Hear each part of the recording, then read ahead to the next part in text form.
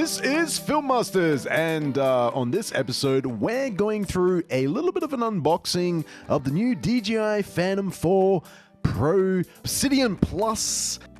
Now, the Obsidian Plus is a dark grey shell. If you're used to flying DJIs, they're generally a white color, so it's a dark gray. Also, the Plus stands for the 5.5 LCD flip-up screen on the remote control, so you can actually see what you're filming or what you're taking photos of. Now, I really like this feature, and the reason for that is quite simple. I don't want to carry around another screen, for example, an iPad. I like the fact that I can just flip it up and start filming straight away. DJI have done a really good job of packaging this package. It comes in a hard case, it's foam, everything is well put in there, it's covered, all the screens have protectors so that there's no damage while in transit. The DJI Phantom 4 Pro has a 30-minute flight time. So I've got two batteries. It comes with one battery, obviously, so you can start flying straight away. Obviously, you need to recharge it after you've taken it out of the box and make sure that you run and do all the updates. However, having a second battery will give you an hour flight time. Another thing you'll notice is the screen protector on the camera. It's a film that's put on there, obviously, so that is protected and not scratched. And you'll also notice that there is a little plastic sort of camera frame mount at the bottom, which stops the camera from also moving around unassisted underneath the camera.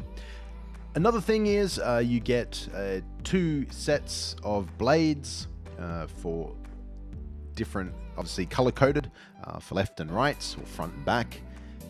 And we've also, in Australia, you get a flight manual. It comes with regulations on the latest laws, which is, I think, a great feature. And I'm pretty certain it's probably something that DJI does for all countries to try and keep up to date with those legislations. But as you can see, there's an Australian government logo on there, flying with control. And obviously there's other software programs that are external to DJIs that you can download, which allow you to, or tells you where you can fly and so forth. And we'll cover those at a later date. Also, with all the cables for recharging, the recharger obviously plugs into the remote control as well as each individual battery. Now again, all of these are covered so that they're protected. You'll also notice the way I'm handling it, it's child-proof as well. Now, one thing I want to cover with the box at a later date is I want to put a hard case over it to protect it. It's made of foam. It's very well made, so you can throw it around a little bit. Obviously not too much, but the case itself on the outside, we're going to look at putting some sort of chemicals on the outside to try and protect it so we can get a longer run for it. Now, obviously, there's all these little cables in there that are used to update the program, as well as this little compartment. So you can put two batteries in there. Like I was saying before, it only comes with the one. However, I bought two, and DJI obviously want you to have two. So good thing is there's a space there for two anyway. And obviously you can put a third one in there, so you can probably get around there with three. Now, one great thing, I had to video it. I love the way that when you're recharging it, everything flashes. Very science fiction, very modern, and obviously the bars will tell you how fully charged it is and so forth. And you charge obviously the remote and a battery at the same time.